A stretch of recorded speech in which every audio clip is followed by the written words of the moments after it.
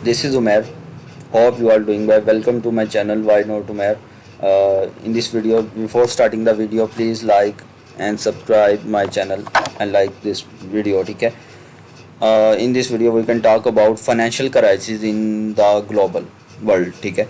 इस वीडियो के अंदर हम डिस्कस करेंगे कि ग्लोबल वर्ल्ड के अंदर मतलब कौन कौन से क्राइसिस आए थे फाइनेंशियल से रिलेटेड। ठीक है, इसमें कुछ मतलब कुछ हम एग्जांपल्स को डिस्कस करेंगे थोड़ी सी एग्जांपल्स के साथ। ठीक है, फर्स्ट ऑफ ऑल ये कि आपको पता होना चाहिए कि क्राइसिस बेसिकली से बोलते हैं कि किसी चीज़ के अंदर डिक्लाइन आ जाना, किसी चीज़ का।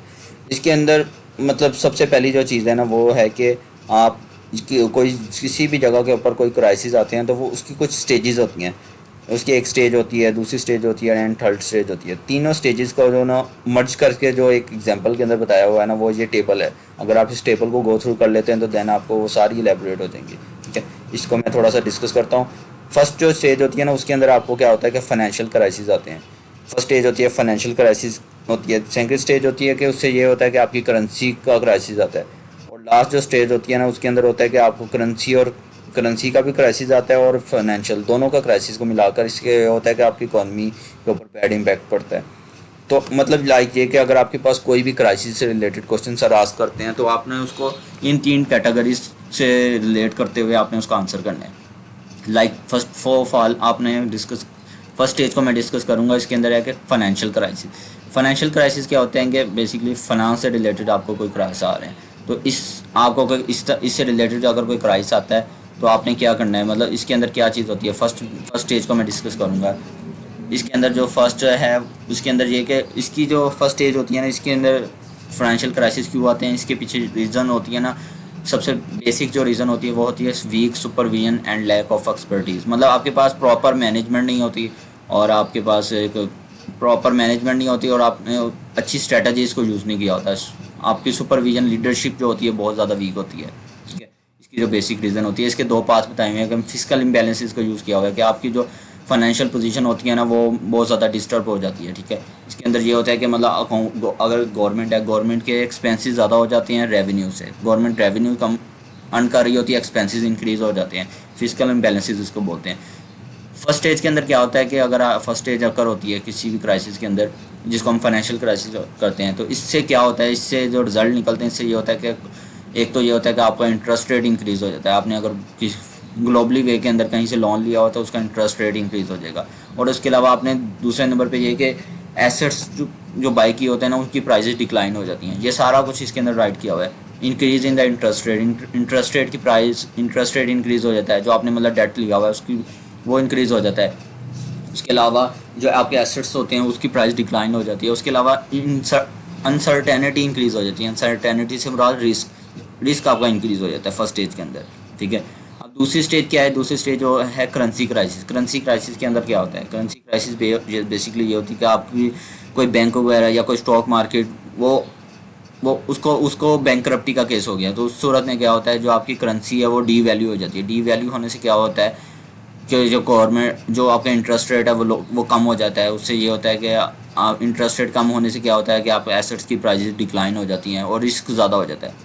ठीक है, ये दूसरी स्टेज है। लास्ट स्टेज आपके पास है fully fledged financial crisis. Fully fledged financial crisis के अंदर ये होता है कि फाइनेंशियल और करेंसी ये दोनों का इसके अंदर चीज़ें होती हैं। इसके अंदर क्या होता है कि इसके अंदर जो आपने डेट वगैरह बाहर से लिया होता है उसके अंदर डेट की रेशो इंक्रीज़ हो जाती है। इसका बेसिकली जो रिज़ल्ट होता है ना वो भी बेसिकली सेम वही होता है कि आपके ऊपर इंटरेस्ट रेट इंक्रीज़ हो जाता है, एसेट्स की प्राइसेस डिक्लाइन हो जाती हैं। सिंपल वही मतलब पुरानी कहानी में जैसे बता रहा हूँ कि एसेट्स की प्राइस डिक्लाइन हो जाती हैं, रिस्क इंक्रीज़ हो जाता है। और इसके अलावा आपके पास जो नेट कैश होता है वो उसकी उसकी जो वर्थ है वो कम हो जाती है। इन सारी चीज़ों के होने से फिर क्या कौन से रिज़ल्ट इकॉनमी के ऊपर कौन से रिज़ल्ट अकर होते हैं।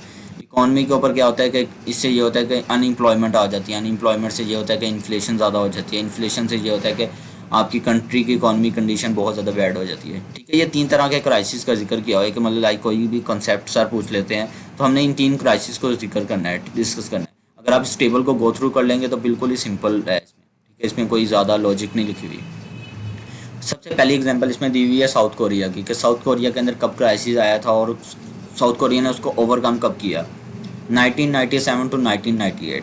1997 के अंदर ये क्राइसिस आया था साउथ कोरिया के अंदर। ठीक है, इसके पीछे जो रीज़न थी वो थी एसिमेट्रिक इन्फॉर्मेशन, फाइनेंशियल लिबरलाइजेशन और इसके अलावा मिस मैनेजमेंट, ठीक है। उनके पास प्रॉपर मैनेजमेंट नहीं थी। लिबरलाइजेशन था, लिबरलाइजेशन बेसिकली उसको बोलते हैं कि गवर्नमेंट ने अगर कोई रूल्स बनाए हुए हैं, कोई स्टैंडर्ड्स बनाए हुए हैं, तो उनको रूल्स स्टैंडर्ड्स को या कोई रेगुलेटरी बॉडीज़ बनाई हुई है मार्केट के अंदर कि जिससे जो उनके फाइनेंशियल सेक्टर्स हैं वो रेगुलेट हैं, तो वो उन चीज़ों को ख़त्म कर दें। अगर इन चीज़ों को ख़त्म कर दिया जाए तो वो होता है फाइनेंशियल लिबरलाइजेशन। फाइनेंशियल लिबरलाइजेशन ये होता है कि आपने कोई रूल सेट किए हुए हैं, कोई रिस्ट्रिक्शंस लगाई हुई हैं, कोई लिमिटेशन लगाई हुई है, कोई एक मतलब रेगुलेशन वाला फ्रेमवर्क बनाया हुआ है मार्केट के अंदर कि मतलब रेगुलेशन के अंदर सब काम करेंगे, और अगर उस कॉन्सेप्ट को ख़त्म कर दिया जाए तो उसको बोलते हैं फाइनेंशियल लिबरलाइजेशन। साउथ कोरिया के अंदर भी इसी तरह से हुआ था कि फाइनेंशियल लिबरलाइजेशन अकर हो गया था, जिसकी वजह से वहाँ पर एक क्राइसिस आया। क्राइसिस आने से क्या हुआ था कि जो वहाँ पर स्टॉक मार्केट थी वो बहुत ज़्यादा डिक्लाइन में चली गई। डिक्लाइन में जाने की वजह से लोगों को क्या हुआ कि बहुत ज़्यादा इन्वेस्टर्स को बहुत ज़्यादा लॉस हुआ, बैंकरप्टी का केस हुआ, ठीक है। इसके पीछे भी जो इशू थे वो adverse selection and moral hazard का इशू था, ठीक है। ये दोनों जो प्रॉब्लम्स अकर हुए थे, ठीक है। इन दोनों प्रॉब्लम्स के अकर होने से क्या हुआ था कि जो वहाँ की करेंसी थी वो डिक्लाइन में चली गई। डिक्लाइन में जाने की वजह से यहाँ पर ये देखो तीनों स्टेजेस को जिक्र किया हुआ है। अगर किसी भी क्राइसिस का बताया हुआ है तो तीनों स्टेजेस को जिक्र किया, तो आपने इन तीनों स्टेजेस को ना अपने वर्ड्स के अंदर उसके स्टडी को रखते हुए अपने वर्ड्स के अंदर आपने राइट करना होगा। करेंसी क्राइसिस के अंदर आपने बताना होगा कि उनकी करेंसी डाउन हो गई, इससे ये हुआ कि बहुत इन्वेस्टर्स को बहुत ज़्यादा नुकसान हुआ। उसके बाद लास्ट क्राइसिस के अंदर इकोनॉमी इफेक्ट हुआ। इकोनॉमी से ये हुआ कि उनकी जीडीपी जो थी बहुत ज़्यादा लो चली गई और अनसर्टेनिटी इंक्रीज़ हो गई। फॉरेन डेट जो थे मार्केट्स, फॉरेन डेट जो लिए हुए थे वो इंक्रीज़ हो गए, ठीक है। अनएम्प्लॉयमेंट की रेशियो इंक्रीज़ हो गई। मतलब लाइक ये कि ये सारा कॉन्सेप्ट आप अपने वर्ड्स के अंदर लिख सकते हैं। साउथ कोरिया के अंदर 1997 के अंदर ये क्राइसिस आया था, और 1998 के अंदर साउथ कोरिया ने इसको ओवरकम कर लिया था, मतलब इसके ऊपर कंट्रोल कर लिया था। 1998 के अंदर किस तरह से कंट्रोल किया था? साउथ कोरिया ने एग्रेसिव पॉलिसी को यूज़ किया था। एग्रेसिव पॉलिसी मतलब लाइक कोई अच्छी स्ट्रेटजीज बनाई थी जिससे ये हुआ था कि उनका सिस्टम दोबारा से रिस्टोर हो गया था, ठीक है, अपनी पोजीशन में वापस आ गया था। ये पहली केस स्टडी इसमें बताई हुई है साउथ कोरिया की। 1997 में ये आया था और 1998 के अंदर उन्होंने रिकवर कर लिया, ठीक है। उसके बाद ये बताया हुआ कि इस केस ये साउथ कोरिया के ये क्राइसिस आने से चाइना के ऊपर इम्पैक्ट पड़ा था या नहीं पड़ा था? इससे ये हुआ था कि चाइना के ऊपर कोई इफेक्ट नहीं पड़ा था, क्योंकि चाइना की लिबरलाइजेशन सिस्टम जो बहुत ज़्यादा स्ट्रॉन्ग था, मतलब वहाँ पर एक रेगुलेटरी सिस्टम बहुत स्ट्रॉन्ग था। उन्होंने इसके ऊपर बहुत ज़्यादा काबू किया। मतलब इससे ये हुआ था कि इस क्राइसिस के आने से चाइना के ऊपर कोई इम्पैक्ट नहीं पड़ा था। ये बताया हुआ इस स्लाइड के अंदर कि चाइना के अंदर ना तो करेंसी के ऊपर कोई खास इम्पैक्ट पड़ा, उन्होंने अपने आप को एक स्टेबल रखा, ठीक है। उसके पीछे रीज़न क्या थी कि उनकी मैनेजमेंट अच्छी थी, उनकी एक्सपर्टीज़ लीडरशिप अच्छी थी, और ठीक है। और उसके अलावा नेक्स्ट केस स्टडीज़ में जिक्र हुआ है आर्गेंटाइन। ये भी एक कंट्री आई थिंक जहाँ पर भी एक क्राइसिस आया था। ये क्राइसिस कब आया था? 2001 से 2002 के दरमियान, ठीक है।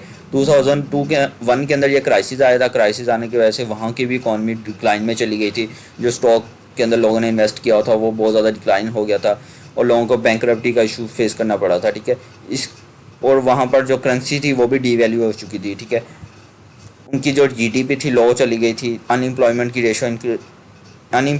रेशो इंक्रीज़ हो गई थी। इंटरेस्ट रेट जो फॉरेन डेट लिया हुआ था वो भी इंक्रीज़ हो गया था, ठीक है। तो ये जो आर्गेंटाइन जो थी क्राइसिस आया था आर्गेंटाइन के अंदर, ये जो रिकवर हुआ था 2002 के अंदर रिकवर हो गया था। ये रिकवर कैसे हुआ था कि उन्होंने अपने आप को फाइनेंशियल स्टेबिलिटी को यूज़ करते हुए उन्होंने ऐसे स्ट्रेटजीज यूज़ की। उन्होंने अपने एक्सपोर्ट को इंक्रीज़ किया और देन उन्होंने ये किया कि अब 2003 के अंदर उनकी जो दोबारा से ग्रोथ थी वो दोबारा से स्टार्ट हो गई। ये भी क्राइसिस मतलब 2001 में आया था और 2002 के अंदर ख़त्म हो गया था। ये क्राइसिस का लाइक जिक्र किया हुआ है। जो स्टार्ट के अंदर मैंने जो 3 कॉन्सेप्ट्स बताए ना, आपने वो माइंड में रखते हुए कोई भी क्राइसिस को एक्सप्लेन करना होगा। अगर सर कोई क्राइसिस का पूछ लेते हैं फॉर एग्जांपल, ठीक है। लास्ट इसमें क्राइसिस दिया हुआ है कि आइसलैंडिक फाइनेंशियल क्राइसिस 2008 के अंदर ये क्राइसिस आता है। ये भी ग्लोबली वर्ल्ड वाइड था और इससे भी बहुत ज़्यादा ये इसके पीछे भी जो रीज़न थी वो भी यही थी कि financial liberalisation, mismanagement, leadership strong नहीं थी, ठीक है। रिसेशन आ गया था मतलब मार्केट के अंदर, ठीक है, बहुत ज़्यादा, ठीक है। तो लास्ट में इन्होंने लिखा हुआ है कि आप इन क्राइसिस से कैसे ओवरकम कर सकते हैं। इसके क्राइसिस से कैसे ओवरकम कर सकते हैं कि आप अपने लीडरशिप को स्ट्रॉन्ग करना होगा। दूसरे नंबर पे ये कि लिबरलाइजेशन को एक लिमिट के अंदर रखना होगा। लिबरलाइजेशन का कॉन्सेप्ट तीसरा कॉन्सेप्ट इसमें ये बताया है कि मार्केट के अंदर एक डिसिप्लिन कायम करना होगा, ठीक है।